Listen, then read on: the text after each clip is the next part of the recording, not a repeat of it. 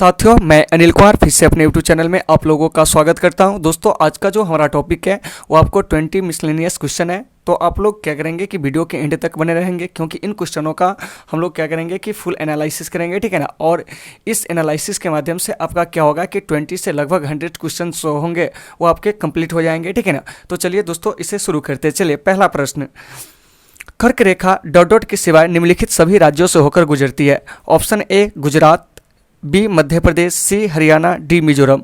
तो देखिए, इसका जो सही आंसर हो जाएगा वो आपको हरियाणा हो जाएगा। तो देखिए, ये जो कर्क रेखा है आखिरकार ये है क्या। तो देखिए, उत्तरी गोलार्ध में 23.5 डिग्री अक्षांश रेखा को हम लोग कर्क रेखा के नाम से जानते हैं, ठीक है ना। तो ये जो 23.5 डिग्री अक्षांश रेखा है जिसको कर्क रेखा कहते हैं, यह भारत के 8 राज्यों से होकर गुजरती है, जिसे हम क्या करते हैं कि सबसे पहले जानते हैं पश्चिम से पूर्व की ओर, ठीक है ना, यानी कि पश्चिम से पूर्व की ओर क्रम में जानेंगे।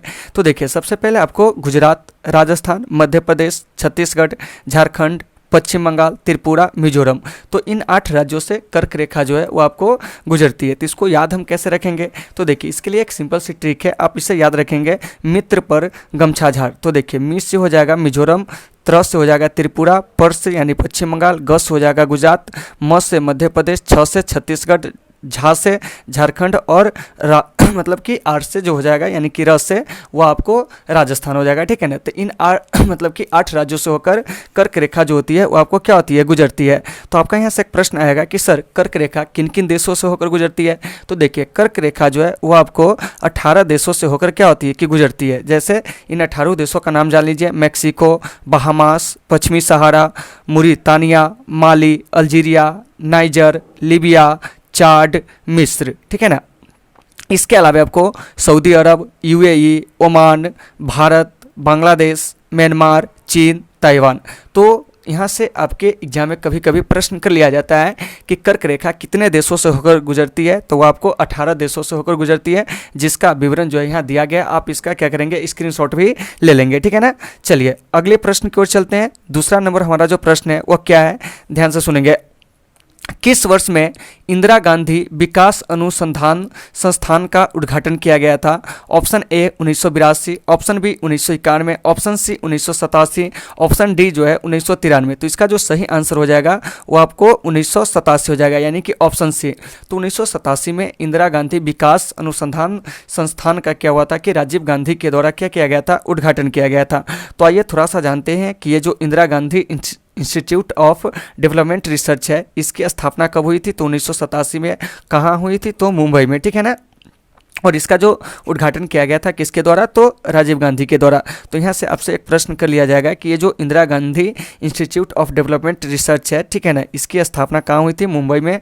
कब हुई थी, 1987 में, ठीक है ना। और इसका उद्घाटन किसके द्वारा किया गया था, राजीव गांधी के द्वारा। तो 2 का जो सही आंसर हो जाएगा वो आपको सी हो जाएगा। चलिए 3 में, निम्नलिखित में से कौन छठ पूजा के गीतों की प्रसिद्ध गायिका है, ठीक है ना। Option A Vishakha Hari, option B Anima Chaudhary, option C Ila Arun, option D Sharda Sinha. तो इसका जो सही आंसर हो जाएगा वो आपको हो जाएगा शारदा सिन्हा। तो ये जो शारदा सिन्हा है यह बिहार की लोक गायिका है, ठीक है ना। तो इस चीज़ को आपको बढ़िया से याद रखना है, ठीक है ना।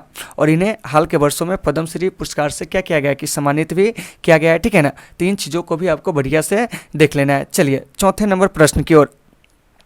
निम्नलिखित में से कौन सा राज्य भारत में बॉक्साइट का सबसे बड़ा उत्पादक है।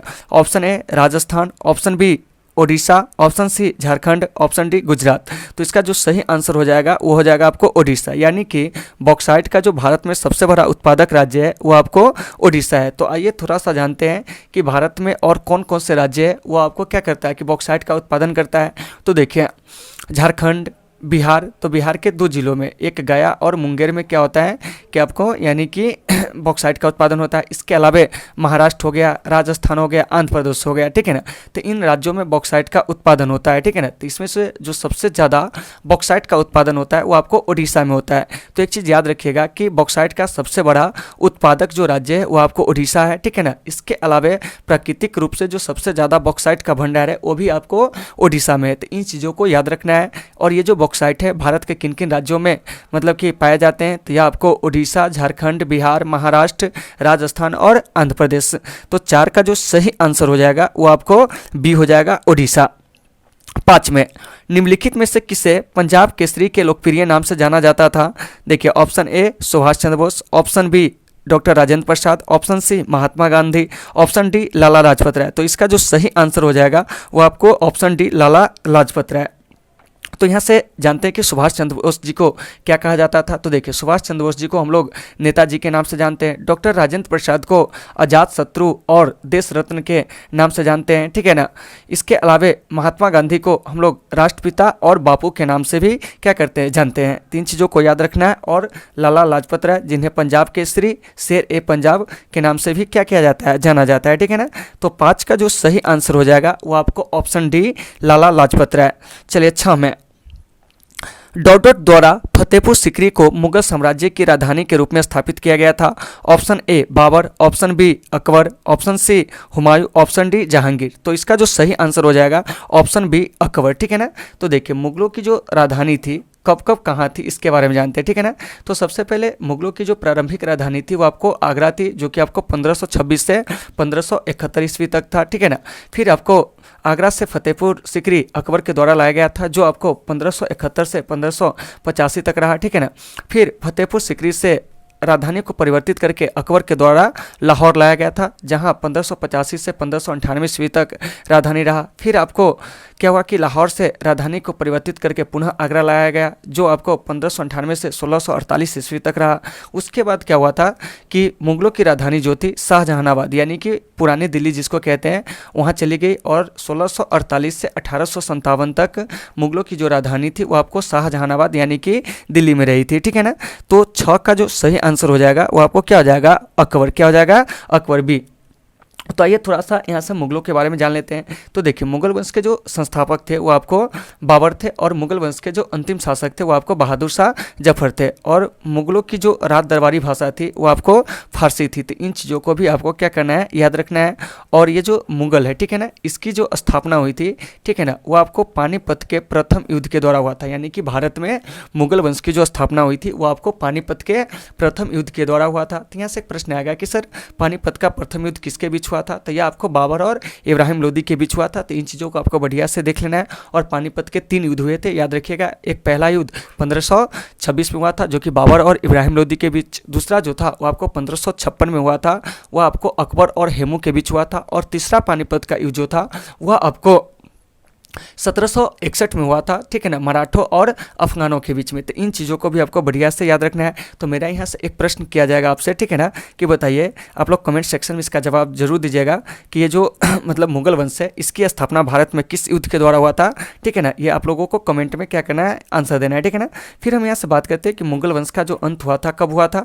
तो ये आपको 1857 में हुआ था। कब हुआ था, 1857 में, ठीक है ना। जब आपको सिपाही विद्रोह हुआ था उसी समय क्या हुआ था कि भारत से मुगलों की जो क्या थी कि नींव जो थी उसको क्या कर दिया गया, समाप्त कर दिया गया, ठीक है ना। तो इन चीज़ों को आपको बढ़िया से देख लेना है। चलिए अब हम चलते हैं प्रश्न संख्या 7 की ओर, ठीक है ना।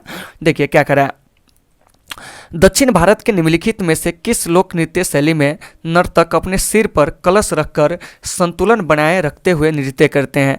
चलिए ऑप्शन ए है मईल अट्टम, ऑप्शन बी जो है Karagattam, option C Kolattam, option D जो है पंपू अट्टम, ठीक है ना। तो इसका जो सही आंसर हो जाएगा वो आपको कारागट्टम हो जाएगा। यानी कि 7 का सही आंसर हो जाएगा ऑप्शन बी कारागट्टम।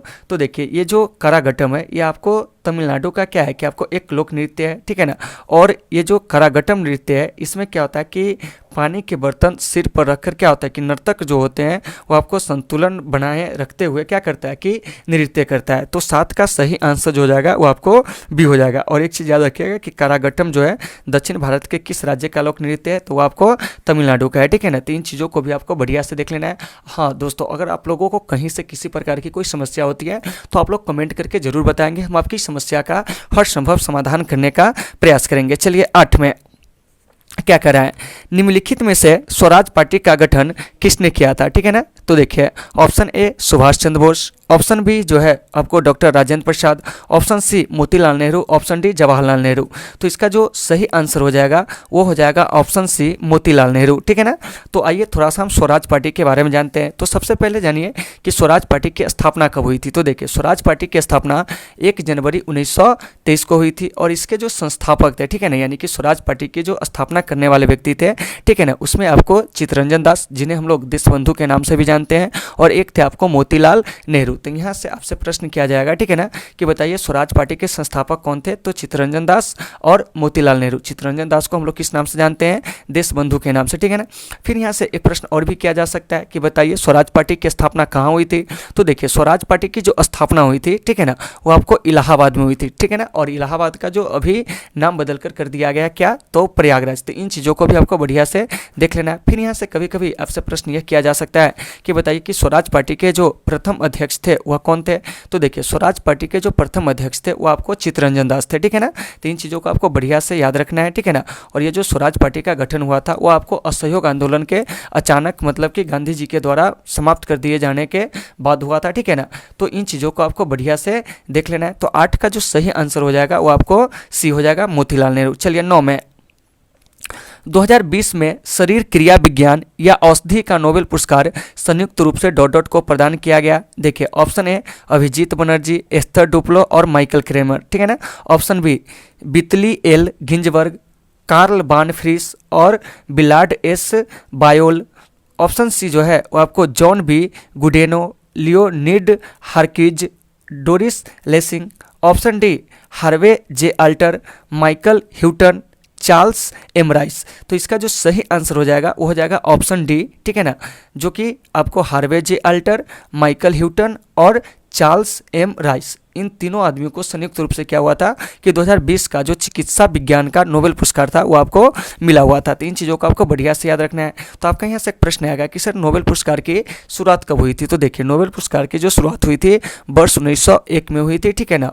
किसके याद में, तो अल्फ्रेड नोबेल की याद में। और ये जो अल्फ्रेड नोबेल थे, ठीक है ना, वो लगभग 355 आविष्कार किए थे, जिसमें से इनका एक जो महत्वपूर्ण आविष्कार था वो था डायनामाइट का आविष्कार, जो इन्होंने 1867 ईस्वी में किए थे। तो इन चीज़ों को भी आपको याद रखना है कि डायनामाइट के आविष्कारक कौन थे, तो वो आपको अल्फ्रेड नोबेल थे। और इन्हीं की याद में 1901 से क्या होता है कि स्वीडन की सरकार के द्वारा, किस सरकार के द्वारा, स्वीडन की सरकार के द्वारा क्या होता है कि आपको नोबेल प्राइज़ दिया जाता है। तो यहाँ से एक प्रश्न किया जाएगा कि बताइए कि ये जो नोबेल प्राइज़ है वह किस देश की सरकार द्वारा दिया जाता है। तो स्वीडन की सरकार द्वारा दिया जाता है, ठीक है ना।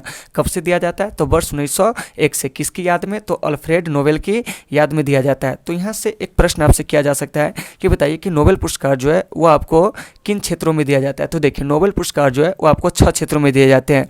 शांति के क्षेत्र में, साहित्य के क्षेत्र में, भौतिकी के क्षेत्र में, रसायन विज्ञान के क्षेत्र में, चिकित्सा विज्ञान के क्षेत्र में और अर्थशास्त्र के क्षेत्र में। तो एक चीज़ याद रखिएगा कि ये जो शांति का नोबेल पुरस्कार है, ठीक है ना, ये आपको स्वीडन में न देकर ये आपको नॉर्वे में दिया जाता है। कहाँ दिया जाता है, नॉर्वे में। यानी कि नोबेल पुरस्कार जो 6 क्षेत्रों में दिए जाते हैं, तो इसमें से जो शांति का नोबेल पुरस्कार है वो आपको नॉर्वे में दिया जाता है, यानी कि नॉर्वे की राजधानी ओस्लो में, ठीक है ना। तो इन चीज़ों को आपको बढ़िया से देख लेना। बाकी के जो पुरस्कार है साहित्य, भौतिकी, रसायन, चिकित्सा विज्ञान, अर्थशास्त्र, तो इन क्षेत्रों का जो पुरस्कार है वो आपको स्वीडन में ही दिया जाता है, ठीक है ना। तो इन चीज़ों को आपको बहुत ही बेहतर तरीके से देख लेना है। कॉन्सेप्चुअल क्वेश्चन जो होते हैं वो आपको यहीं से पूछे जाते हैं, ठीक है ना। फिर यहाँ से एक प्रश्न आएगा कि सर ये जो बताइए कि जो नोबेल पुरस्कार है इसके तहत कितने रुपए की पुरस्कार राशि दी जाती है। तो इसमें एक प्रशस्ति पत्र के अलावा आपको क्या होता है कि 10 लाख डॉलर की राशि जो होती है वो आपको प्रदान की जाती है। तो इन चीज़ों को भी आपको याद रखना है, ठीक है ना। फिर यहाँ से एक प्रश्न किया जाएगा कि बताइए कि अर्थशास्त्र के क्षेत्र में नोबेल पुरस्कार कब से दिया जाता है। तो यह आपको वर्ष 1969 से दिया जाता है। तो इन चीज़ों को आपको बहुत ही बेहतर तरीके से देख लेना है, ठीक है ना। तो 9 का जो सही आंसर हो जाएगा वो आपको डी हो जाएगा। चलिए 10 में प्रधानमंत्री सहित मंत्रिपरिषद में मंत्रियों की कुल संख्या लोकसभा के सदस्यों की कुल संख्या से डॉट डॉट अधिक नहीं हो सकती है। तो देखिए option A 21%, option B 30%, option C 6%, option D 15%। तो इसका जो सही आंसर हो जाएगा ऑप्शन डी 15%। तो देखिए हमारे संविधान में क्या हुआ था कि जब 51वां संविधान संशोधन किया गया था, ठीक है ना, 51वां संविधान संशोधन जो कि आपको 2003 में हुआ था, ठीक है ना। तो ये 51वां संविधान संशोधन 2003 के द्वारा मतलब इस बात को निर्धारित किया गया कि ये जो मंत्रिपरिषद है, ठीक है ना, इस मंत्रिपरिषद में मंत्रियों की जो कुल संख्या होगी वो लोकसभा सदस्यों की कुल संख्या के 15% से अधिक नहीं हो सकती है, ठीक है ना। और यह प्रावधान कब किया गया था, तो 2003 में किस संविधान संशोधन के द्वारा, तो 51वां संविधान संशोधन के द्वारा, ठीक है ना। 3 चीज़ों को आपको बढ़िया से देख लेना है, ठीक है। चलिए तो 10 का सही आंसर डी हो जाएगा। 11 में भारतीय संविधान का निम्नलिखित में से कौन सा अनुच्छेद शिक्षा का अधिकार प्रदान करता है। Option A article 44, option B जो है वो आपको article 12, option C article 39A, article मतलब डी जो है वो आपको ऑप्शन डी वो आपको आर्टिकल 21A। तो इसका जो सही आंसर हो जाएगा वो आपको डी हो जाएगा, यानी कि आर्टिकल 21 है, ठीक है ना। यानी कि भारतीय संविधान के अनुच्छेद 21 के ए में यह प्रावधान किया गया है कि ये जो शिक्षा का अधिकार है यह आपको क्या है कि मौलिक अधिकार होगी, क्या होगी, मौलिक अधिकार होगी। तो आपका यहाँ से एक प्रश्न आएगा कि सर ये जो शिक्षा के अधिकार है इसको मौलिक अधिकार की सूची में किस संविधान संशोधन के द्वारा डाला गया? तो 86वां संविधान संशोधन 2002 के द्वारा। याद रखिएगा कि 86वां संविधान संशोधन 2002 के द्वारा क्या था कि शिक्षा के अधिकार को मौलिक अधिकार की सूची में डाला गया था। तो आपका यहाँ से एक प्रश्न आएगा कि ये जो शिक्षा के अधिकार है इसके तहत क्या करने का प्रावधान है? तो देखिए इसके तहत राज्य को क्या करना है कि 6 वर्ष से लेकर 14 वर्ष तक के जो सभी बच्चे हैं उसको मुफ्त में विद्यालय शिक्षा जो है वो आपको देना है, ठीक है ना। 3 चीज़ों को आपको बढ़िया से क्या करना है कि देख लेना है। तो देखिए यहाँ से एक अनुच्छेद जो है 44, जिससे आपको एग्जाम में बहुत ज़्यादा क्वेश्चन जो होते हैं वो आपको पूछे जाते हैं। तो आइए थोड़ा सा जानते हैं कि अनुच्छेद 44 जो है क्या है। तो देखिए अनुच्छेद 44 जो है उसमें आपको समान नागरिक संहिता के बारे में चर्चा की गई, यानी कि यूनिफॉर्म सिविल कोड के बारे में चर्चा की गई है, ठीक है ना। तो ये जो आर्टिकल 44 है वो अभी तक भारत के एकमात्र राज्य में लागू है, वो आपको गोवा में। कहाँ है? गोवा में। तो इन चीज़ों को आपको बढ़िया से देख लेना है। तो वहीं 11 नंबर प्रश्न आपका कह रहा है, ध्यान से सुनिएगा, ठीक है ना। भारतीय संविधान का निम्नलिखित में से कौन सा अनुच्छेद शिक्षा का अधिकार प्रदान करता है? तो यह आपको ऑप्शन डी अनुच्छेद 21 के 8, ठीक है ना। चलिए 12 में अब क्या करा है, धमनियां अपेक्षाकृत छोटी रक्त वाहिकाओं में विभाजित होती है, ऊतकों तक पहुंचने पर वह और भी बहुत पतली नालियों में विभाजित हो जाती है जिन्हें डॉट डॉट कहा जाता है। तो इन्हें किसकाएँ कहा जाता है, ठीक है ना। यानी कि देखिए ऑप्शन ए करा है धमनिकाएँ, ऑप्शन बी केशिकाएँ, ऑप्शन सी सिराएँ, ऑप्शन डी सिरिकाएँ। तो इसका जो सही आंसर हो जाएगा ऑप्शन बी केशिकाएँ, ठीक है ना। 3 चीज़ों को आपको बढ़िया से देख लेना है। चलिए अब हम बात करते हैं 13 नंबर प्रश्न की। क्या कह रहा है, क्षेत्रफल की दृष्टि से भारत का दूसरा सबसे बड़ा राज्य निम्नलिखित में से कौन सा है? Option A Karnataka, option B Rajasthan, option C Madhya Pradesh, option D Uttar Pradesh. तो देखिए क्षेत्रफल की दृष्टि से भारत का जो दूसरा सबसे बड़ा राज्य है वह आपको मध्य प्रदेश है। कौन है? मध्य प्रदेश। तो 13 का जो सही आंसर हो जाएगा ऑप्शन सी मध्य प्रदेश। तो आइए जानते हैं कि क्षेत्रफल की दृष्टि से भारत के 4 बड़े राज्य कौन कौन है। तो उसमें आपको एक राजस्थान, जिसको हम लोग महलों और मंदिरों की भूमि कहते हैं, ठीक है ना।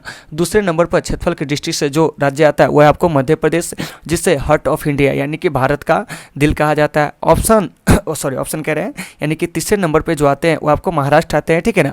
और ये जो महाराष्ट्र है, ठीक है ना, यह क्षेत्रफल की दृष्टि से तीसरे नंबर पे है। और महाराष्ट्र में एक बहुत ही क्या है कि आपको एक भव्य इमारत है जिसको हम लोग गेटवे ऑफ इंडिया के नाम से क्या करते हैं, जानते हैं। तो इस चीज़ को देख लेना है।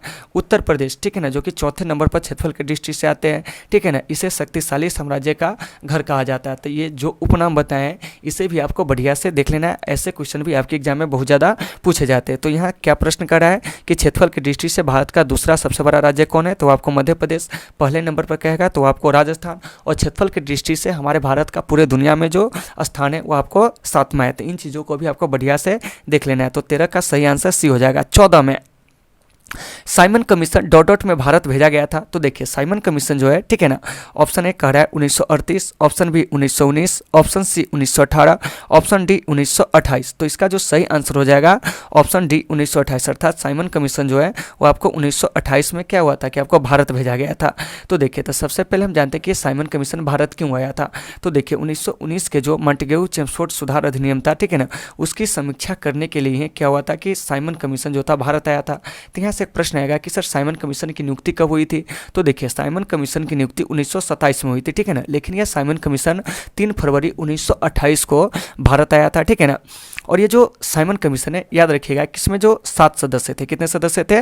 7 सदस्य थे, सभी के सभी अंग्रेज थे। इसीलिए क्या हुआ था कि भारतीयों ने इसका विरोध किया और नारा दिया था गो बैक साइमन कमीशन, ठीक है ना। और साइमन कमीशन में क्या हुआ था, जब भारत आया हुआ था, ठीक है ना, तो विरोध प्रदर्शन के दौरान लाला लाजपत राय के सर पे गहरी चोट आई थी लाहौर में, ठीक है ना। और इसके 1 माह बाद ही उनकी मृत्यु हो जाती है, ठीक है ना। तो कभी कभी प्रश्न कर लिया जाता है आपके एग्जाम में कि बताइए कि साइमन कमीशन के दौरान विरोध प्रदर्शन करने के कारण, ठीक है ना, किसके मतलब कि सर पर गहरी चोट आई थी जिसके कारण उनकी मृत्यु हो गई थी। तो वे थे आपको लाला लाजपत राय, जिन्हें पंजाब केसरी और शेरे पंजाब के नाम से जानते हैं।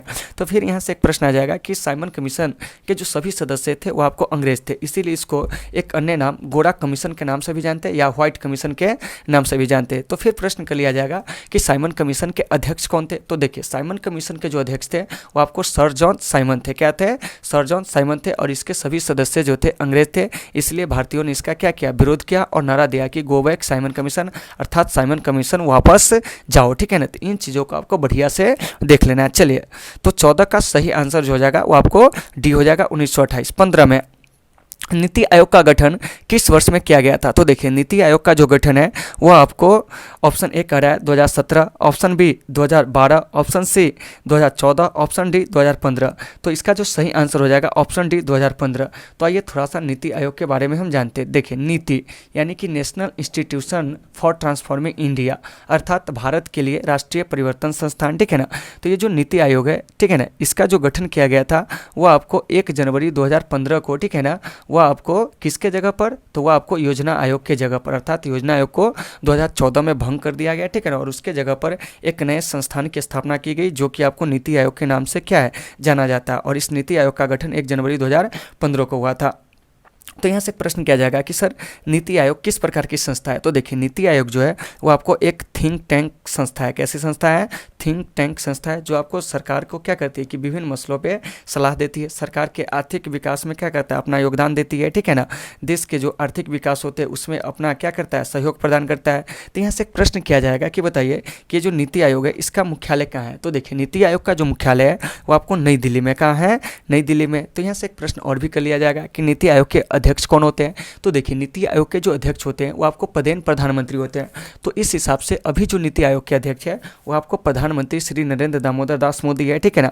वहीं इसके जो अभी उपाध्यक्ष है वो आपको श्री राजीव कुमार है। वहीं इसके सीईओ यानी कि चीफ एग्जीक्यूटिव ऑफिसर जो है इसके, वो आपको अभी अमिताभ कांत है, यानी कि मुख्य कार्यकारी अधिकारी जो है अभी नीति आयोग के, वो कौन है, तो अमिताभ कांत है। तो इन सारे चीज़ों को आपको क्या करना है कि बढ़िया से देख लेना है, ठीक है ना, और इन सारे चीज़ों को नोट भी कर लेना है। और जहाँ भी दिक्कत होगी दोस्तों, आप इन सारे चीज़ों को क्या करेंगे कि मतलब लिख के रखेंगे, ठीक है ना, और हमें कमेंट करेंगे। हम आपकी समस्या का हर संभव समाधान करने का प्रयास करेंगे, ठीक है ना। तो वहीं 15 कह रहा है कि नीति आयोग का गठन किस वर्ष में किया गया था? तो ऑप्शन डी 2015 में, ठीक है ना। चलिए, 16 में सांची का महान स्तूप डॉट डॉट द्वारा निर्मित कराया गया था। तो देखिए, ये जो सांची का स्तूप है, ठीक है ना, ध्यान से सुनिएगा, इसमें कई सारे ऑप्शन भी दिए हुए हैं। जैसे देखिए 16 में क्या करा है कि सांची का महान स्तूप डॉट डॉट द्वारा निर्मित कराया गया था। ऑप्शन ए चंद्रगुप्त प्रथम, option B Ashoka, option C Harshavardhana, option D Kanishka. तो देखिए, ये जो सांची का स्तूप है, ठीक है ना, ध्यान से सुनिएगा, यह आपको अशोक के द्वारा निर्मित कराया गया था। तो 16 का सही आंसर ऑप्शन बी हो जाएगा। तो आइए सांची के स्तूप के बारे में थोड़ा सा जान लेते हैं। तो सबसे पहले इसके निर्माणकर्ता कौन थे? अशोक। इसका संबंध जो है वो आपको किस धर्म से है? तो बौद्ध धर्म से है। सांची के स्तूप की खोज कब हुई थी? 1818 में जनरल टेलर के द्वारा। सांची का स्तूप जो है वो आपको कहाँ है? तो ये आपको मध्य प्रदेश के रायसेन जिला में है, ठीक है ना। और ये जो सांची का स्तूप है इसको यूनेस्को की विरासत सूची में 1989 में शामिल किया गया था। तो इन चीज़ों को भी आपको बढ़िया से देख लेना है कि सांची के स्तूप को यूनेस्को की विरासत सूची में कब शामिल किया गया था? 1989 में। फिर आपके जो हाई लेवल एग्जाम होते हैं उन एग्जामों में ये भी प्रश्न कर लिया जाता है कि बताइए कि सांची के स्तूप से संबंधित जो पुस्तक है उस पुस्तक का क्या करें कि नाम बताएं। तो देखिए, सांची के स्तूप से संबंधित कुछ पुस्तकें हैं, जैसे कि आपको भिल्सा टॉप्स जो कि आपको 1854 में प्रकाशित हुआ था, और इसको जो लिखा था वो आपको अलेक्जेंडर कनिंघम ने लिखा था। यानी कि भिल्सा टॉप्स नामक पुस्तक किसने लिखा था? तो वो आपको अलेक्जेंडर कनिंघम ने लिखा था, और यह पुस्तक कब प्रकाशित हुई थी? 1854 में। इसके अलावा सांची पर ही लिखी गई एक और पुस्तक है जिसका नाम है द मोन्यूमेंट्स ऑफ सांची, ठीक है ना, जो कि आपको सर जॉन मार्शल और अल्फ्रेड फुसे के द्वारा लिखा गया था, जो आपको 1923 में क्या हुआ था? प्रकाशित हुआ था, ठीक है ना। तो इन सारे चीज़ों को आपको बढ़िया से देख लेना है। चलिए, तो ये जो 16 है, 16 का सही आंसर हो जाएगा ऑप्शन बी, ठीक है ना। चलिए, अब हम बात करते हैं 17 की, ठीक है ना, यानी 17 नंबर प्रश्न जो है क्या कर रहा है? मुगल साम्राज्य में शाहजहां ने डॉट डॉट तक शासन किया। ऑप्शन ए 1621 से 1659 ईस्वी, ऑप्शन बी 1626 से 1659 ईस्वी, ऑप्शन सी 1627 से 1660 ईस्वी, ऑप्शन डी 1628 से 1658 ईस्वी। तो इसका जो सही आंसर हो जाएगा ऑप्शन डी, ठीक है ना, 1628 से 1658 ईस्वी। तो देखिए, ये जो शाहजहां है, ठीक है ना, इसके काल में क्या हुआ था? स्थापत्य कला का सर्वाधिक विकास हुआ था। तो इन चीज़ों को जान लेना है, ठीक है ना। और देखिए, जो कुछ प्रमुख मुगल बादशाह है उसके शासनकाल को भी आपको याद रखना है। जैसे सबसे पहले अगर हम बात करते हैं बाबर की, ठीक है ना, तो बाबर का जो शासनकाल है वो आपको 1526 से 1530 है, तो इन चीज़ों को याद रखना है। इसके बाद है आपको बाबर के बाद हुमायूं, तो हुमायूं का शासनकाल 1530 से 1540, फिर इसका शासन शुरू होता है 1555 में और 1556 तक शासन करता है, अर्थात 2 टर्मों में, ठीक है ना। उसके बाद है आपको अकबर, अकबर का शासनकाल 1556 से 1605, तो इसको आपको याद रखना है। अकबर के बाद जहांगीर, ठीक है ना, जहांगीर का शासन 1605 से 1627, ठीक है ना। उसके बाद है शाहजहां 1627, कहीं कहीं आपको 28 भी मिलेंगे, ठीक है ना, तो 1627 28 से 1658 तक आपको शाहजहां का शासनकाल है। फिर है औरंगजेब, इसका शासनकाल 1658 से 1707 है, तो इन चीज़ों को आपको बढ़िया से देख लेना है। तो 17 का सही आंसर डी हो जाएगा, ठीक है ना, 1628 से 1658 ईस्वी। चलिए अब हम बात करते हैं 18 नंबर प्रश्न की, ठीक है ना। क्या कर रहा है, a tale of two Victoria crosses नाम की पुस्तक के लेखक कौन है? Option A Jairam Naresh, option B Shashi Tharoor, option C जो है वो आपको lieutenant general Devraj Anbu, option D lieutenant general Baljit Singh. तो इसका जो सही आंसर हो जाएगा option D lieutenant general Baljit Singh, ठीक है ना। तो 18 का सही आंसर डी हो जाएगा। तो अगर आपके एग्जाम में प्रश्न किया जाता है a tale of two Victoria crosses नाम की पुस्तक के लेखक कौन है, तो ये आपको लेफ्टिनेंट जनरल बलजीत सिंह है, ठीक है ना। तो इन सारे चीज़ों को आपको बढ़िया से देख लेना है और जहाँ भी दिक्कत होगी आपको कमेंट करके जरूर अपनी समस्या का समाधान करवा लेना है, ठीक है ना। चलिए आगे चलते हैं।